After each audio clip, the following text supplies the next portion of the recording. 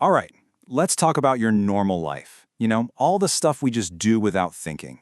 How we fall in love, who we think we are, the unwritten rules we follow every single day. But what if I told you none of it is actually normal?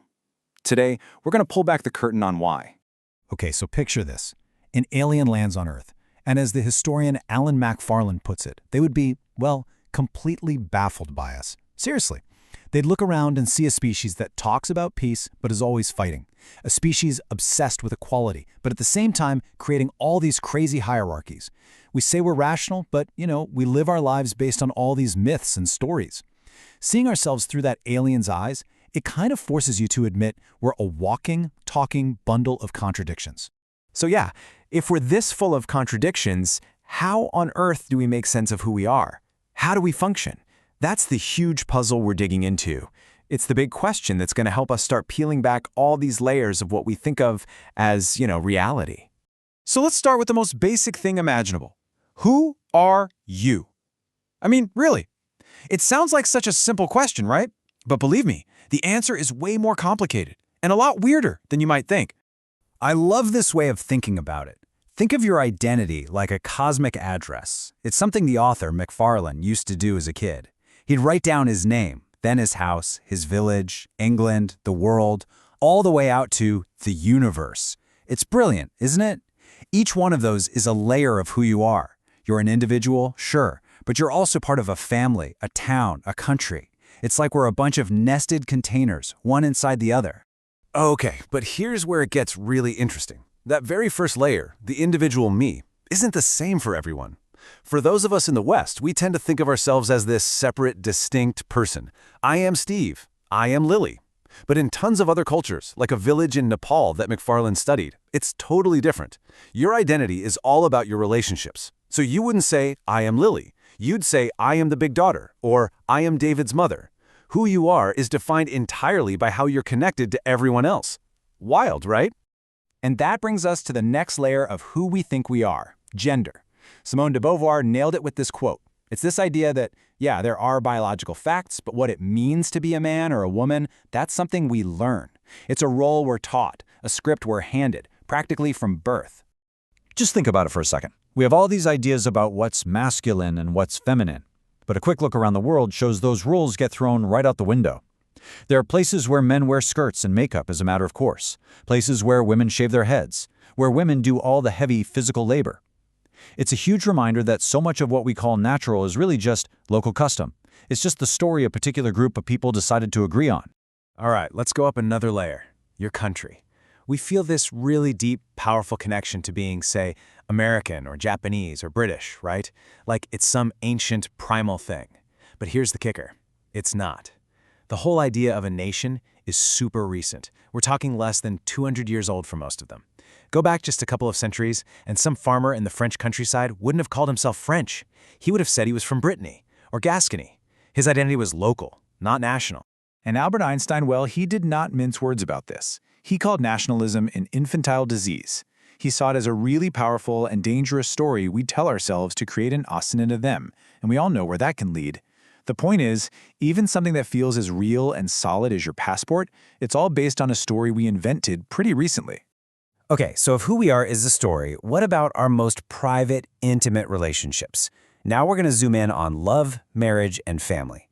And you might think, okay, this stuff has to be universal, right? Well, you'd be surprised. The rules are just as weird and made up as everything else. So, this is the version of marriage most of us in the West know. It's the one we see in movies, right? You meet someone, you fall head over heels in love, you choose them, and you promise to be together forever. It feels like the most natural thing in the world. But here's the thing. Looking at all of human history and across the globe, this model is the weird one. It's the exception, not the rule. And I mean, just look at how widely different it can be. For most of history, marriage wasn't about romance. It was a business deal, a practical alliance. You've got arranged marriages, sure, but then there's stuff like ghost marriages, where a living woman marries a dead man's spirit just to keep his family line going, or societies where women marry other women to act as the social father to their kids. And then there are cultures that don't even have a concept of marriage. Our normal is just one tiny item on a massive menu of human possibilities. Man, this quote is so powerful.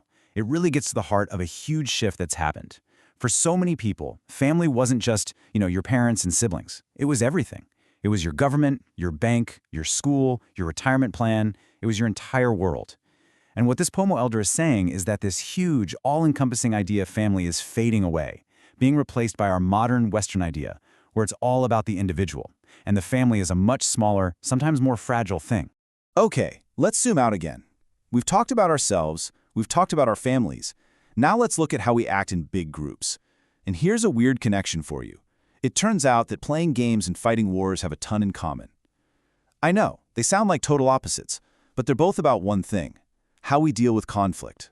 There's this idea that humans are homo ludens, man the player. Basically, we're born to play. And play isn't just for kids, not at all. It's one of the most fundamental ways we understand the world. We love rules, we love competition, we love setting up these little imaginary worlds with winners and losers. So why do we do it? Why is play so important? Well, games do something amazing. They take a bunch of people who are more or less equal, and they create temporary differences, winners and losers, all within a safe, controlled space. Think about a soccer game. It's basically a mini-battle with a ton of rules. It lets us practice being competitive without, actually hurting each other. And it teaches us that super important balance between being the star player and being a good teammate. That's a lesson you need for, pretty much all of life. But, and this is the big but, what happens when the game stops being safe? What happens when the conflict becomes real? That love of a good, rule-based fight is one thing on a football field. It's a whole other thing when you're fighting over land or power or survival. Because even the most awful violence, it's usually not just random chaos. It's often a kind of twisted game with its own brutal logic. Think about a mafia protection racket. The rules are actually pretty clear, right? You pay up, you're safe. You don't, well, there are consequences. Even formal wars have so-called rules of engagement. It's still a conflict with a structure, a system. It's just that the stakes are literally life and death. Okay, so we've taken apart our idea of ourselves, our families, even how we play and fight. You might be thinking, wow, is anything real? But this is where it all comes together. Because understanding all this, it actually gives you a kind of superpower.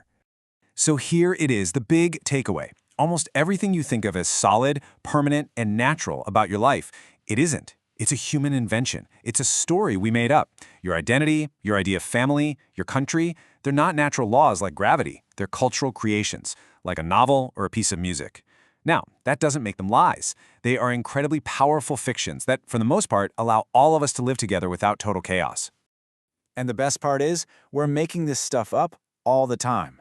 Think about those super ancient university ceremonies with the robes and funny hats. A lot of them were invented in the 20th century.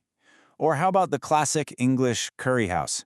Totally an invention of the 1950s. It's a pattern, right? We create something new, and then we immediately pretend it's been around forever. And this, right here, is the most powerful idea we've talked about. Realizing that so much of the world is just a story, that doesn't have to be a downer. In fact, it's the opposite. It's liberating. Because if the rules are made up, it means we can change them. It gives you permission to look around and ask, wait, why do we do it this way? And maybe, just maybe, start to imagine a different way. Which really brings us to the final big question. If our world is built on stories, that means we're not just living in them, we're also writing them every day. So that leaves you with a choice to make and a question to think about. Thanks so much for digging into this with me.